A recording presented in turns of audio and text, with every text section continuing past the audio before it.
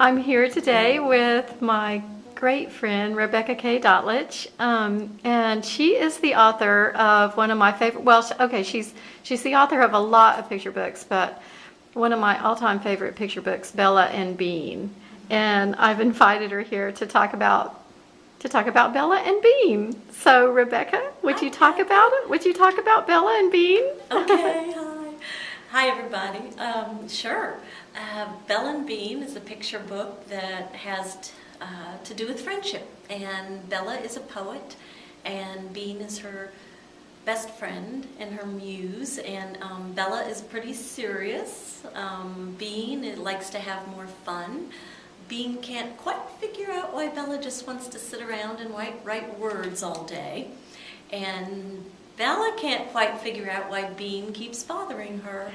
And so it's kind of how they, learn how to be friends with each other and respect what each other loves to do.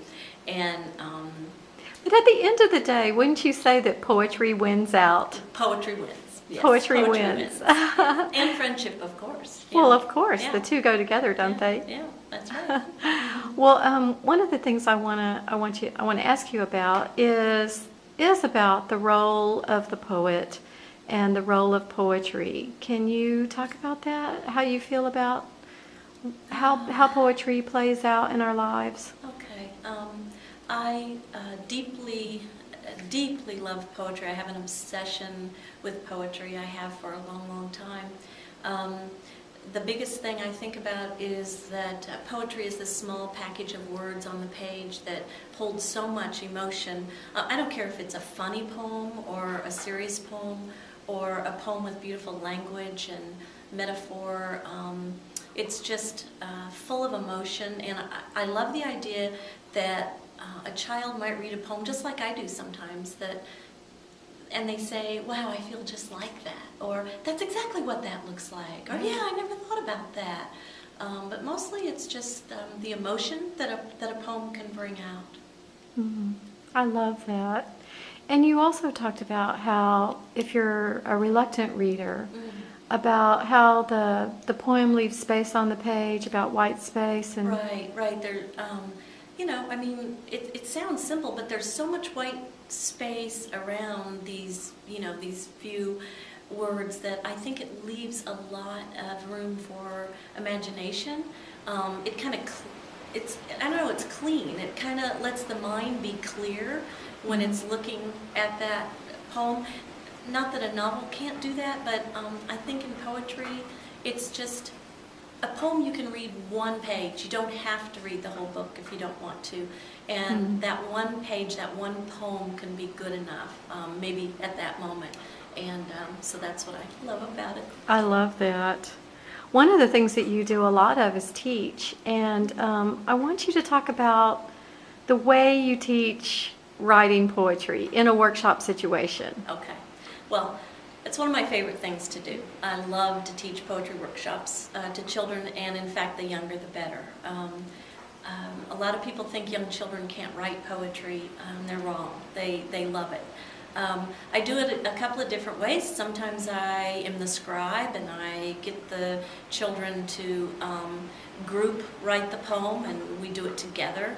And sometimes, of course, I do a traditional writing workshop. But what I love to do for the very young is sometimes do kind of a crude picture and draw myself.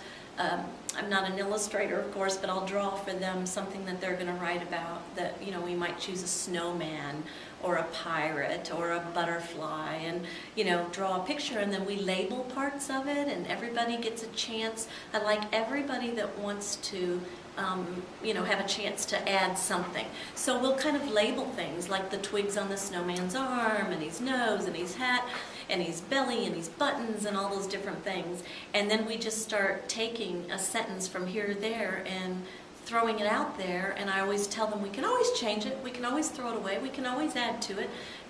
Don't worry. And so we just start somewhere like that. It's visual. I think visual, and then the words come. And then you wind up with a poem, a group poem. Yep. And you do this with all ages, from little ones to teachers. You do a lot of teacher workshops. Teacher workshops. love that. I bring a lot of prompts that I write poetry from, whether it be pictures or marbles or jacks or jump ropes or whatever. Yeah.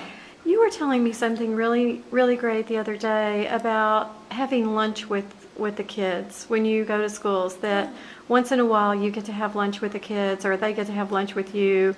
And but when you do that, you have a rule. Can you talk about that rule? Oh, yeah, okay.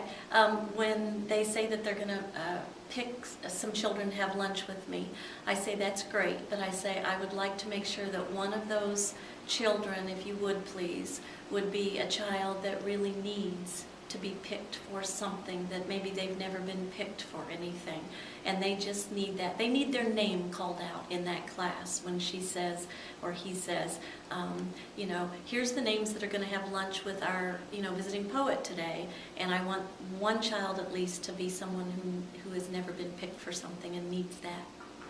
That's wonderful. I think all of us at one time or another in our lives need to have our names picked, don't we? I think probably I felt that way, and maybe that's why I do it. I still feel that way sometimes. Yeah, me too. I want to be picked. I want to be picked to have lunch with you, Rebecca. Anytime. We have them. Okay, I'd like to ask you to finish up our interview with one tip. If you would give our watchers, our viewers, one tip. Oh, I would say writers, correct? Okay. Writers. Or anybody. Lifers. Lifers, writers or lifers. For writers, I would say my tip would be whatever it is you're writing, whatever genre you're writing, go to the library, get stacks and stacks and stacks of that particular type of book, whether it be poetry, novel, picture book, whatever it is you're writing, and just immerse yourself in that. So immersion would be my tip. Immersion theory. Yes. There you go. Thank you. And let's see, a tip for life. Oh, I am no one to give a tip for life. I would say eat well, try to get some good sleep, and have friends, and try to be kind. Try to be kind. I love that. Rebecca? Yeah. Thank you. Bye. Sayonara. Sayonara.